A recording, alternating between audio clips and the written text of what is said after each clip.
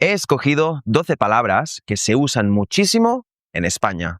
Si entiendes las primeras 4 palabras, tu español es bueno. Si entiendes las próximas 4 palabras, tu nivel de español es avanzado. Y si entiendes las últimas 4 palabras, que para mí la última es la más especial, tu nivel de español está a nivel de un nativo. En cada pregunta tendrás 3 opciones. Vamos a empezar. La palabra número 1 es quedar. ¿Qué significa quedar en español? La respuesta correcta es la letra C. To meet up. Por ejemplo, he quedado con mis amigos esta tarde. Vamos con la palabra número 2. Conseguir. ¿Qué significa en español conseguir? La respuesta correcta es la letra A. To manage or achieve. Por ejemplo, he conseguido un trabajo nuevo en España y me mudo mañana. La palabra número 3 es aprovechar. ¿Qué significa en español aprovechar? La respuesta correcta es la letra B. To make the most of. Por ejemplo, hoy aprovechamos que hace sol para ir a la playa. Vamos con la palabra número 4. Apetecer. ¿Qué significa en español apetecer? La respuesta correcta es la letra C. To feel like doing something. Por ejemplo, ¿te apetece hacer algo después? Si has acertado las primeras 4, tu nivel de español es muy bueno, la verdad. Vamos a ponerle un poco más de nivel, a ver qué tal.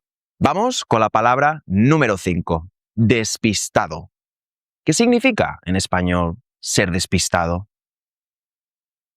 La respuesta correcta es absent mind. Absent mind. Por ejemplo, soy muy despistado. Siempre pierdo las llaves. Vamos con la palabra número 6. Agobiarse. ¿Qué es agobiarse en español? Pues sí, la respuesta correcta es la B. To feel overwhelmed. Por ejemplo, tío, no te agobies. Vamos a llegar temprano al aeropuerto. Tranquilo. Palabra número 7. Sobrar. ¿Qué es sobrar en español? Pues sí, la respuesta correcta es la letra A. To be leftover. Por ejemplo, has sobrado mucha comida hoy. Puedes llevártela si quieres. Palabra número 8. Enterarse. ¿Qué es enterarse en español? Pues sí, es to find out.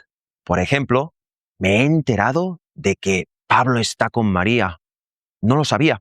Si conocías estas palabras en español, tengo que decirte que tu nivel de español está avanzado. Pero ahora vamos al reto final. Y recuerda, la última palabra es mi favorita. Empezamos con la palabra número 9. Apañarse. ¿Qué es apañarse en español? Pues sí, la correcta es la letra A. To manage or get by. Por ejemplo, mira, yo no tengo coche, pero me apaño con el autobús. Vamos con la palabra número 10. Cutre, muy usada en España. ¿Qué significa cutre en español? Pues sí, la respuesta correcta es la letra C.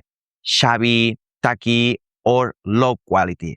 Por ejemplo, el hotel al que fui era muy bonito, pero por dentro era muy cutre. Palabra número 11. Rayarse. Muy usada en España. ¿Qué es rayarse en español? Pues sí, la respuesta correcta es la C. Overthink. Por ejemplo, algo muy típico es no te rayes. Seguro que María no está enfadada. María en este vídeo es muy popular. Pues por ejemplo, no te rayes. Seguro que María no está enfadada. No te rayes. Y vamos con la palabra número 12, y la más especial de todas, muy usada en España. Currárselo. ¿Qué significa currárselo en español?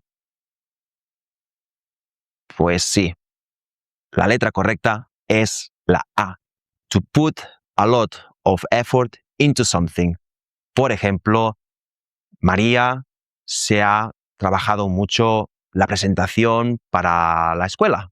Se lo ha currado muchísimo. Es básicamente trabajar o poner mucho ímpetu en algo. Por ejemplo, me estoy currando mucho el torneo de pádel.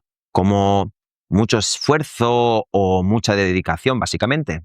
¿Cuántas palabras has acertado? ¿4? ¿8? ¿12? Eso me encantaría. Te leo en los comentarios y si quieres más vídeos de este estilo, dale un buen like para que yo sepa que tengo que hacer más, suscríbete a este canal para no perderte ningún otro vídeo y nos vemos en el próximo vídeo.